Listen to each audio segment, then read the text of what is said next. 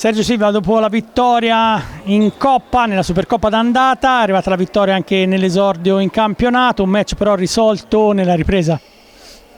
Purtroppo sì, penso che avevamo creato situazioni per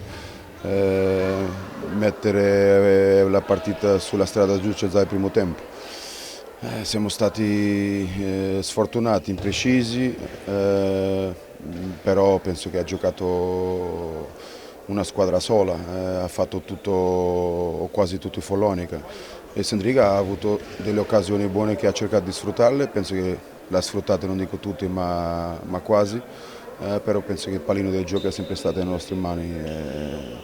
e io sono contento di fare dei complimenti ai ragazzi perché penso che hanno fatto una grandissima partita. Fra 3 giorni da questo match, il ritorno della Supercoppa, in palio c'è il primo trofeo della stagione a Forte dei Marmi. Sì, un'altra partita tosta come quella di mercoledì e anche oggi, però io vedo i ragazzi in salute, noi vogliamo tanto portare a casa questo trofeo e tutto faremo per ripetersi a Forte dei Marmi mercoledì come abbiamo fatto oggi, come abbiamo fatto qui in casa mercoledì scorso. Perché è nelle nostre mani, rispetteremo e rispettiamo chi avremo davanti, una squadra fortissima che gioca in casa, che proverà a portarsi il trofeo anche a casa sua, ma penso che noi abbiamo le possibilità di portarlo qui a Follonica.